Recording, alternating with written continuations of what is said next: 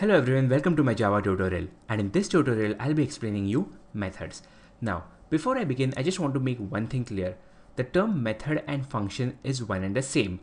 The only thing is that in Java we prefer to call or we prefer to use the term method, but the method and function is one and the same. So let's begin.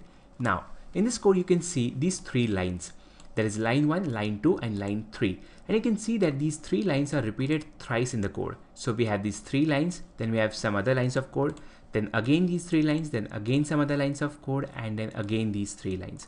And if you remember, I've said that if in programming, if you're doing any particular thing again and again or repeatedly, then it is probably not a good programming practice. So we should find some optimized solution for this. And yes, we have a solution for it, and it is called a method. Now, first of all, how do we write a method? Now, a method has a return type. Now, if a method does not want to return anything, then the return type should be void. So in this case, I'm not returning anything. My method will not return anything, and that is the reason why I've used void as my return type. And after that, we have the method name.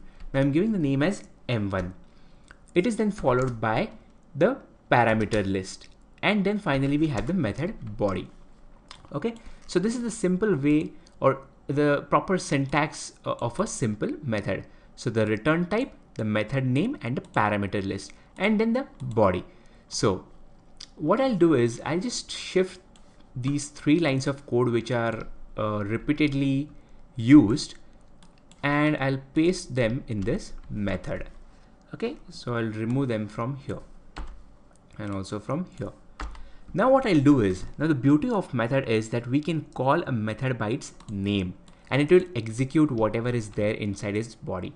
So I'll just use the method name and call the method over here, and again over here, and also over here.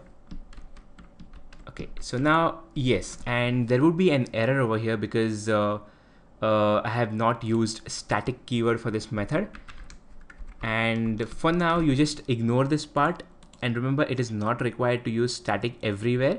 So for now, just ignore this part because I've covered this in the object-oriented section of the course. So for now, you just focus on this part.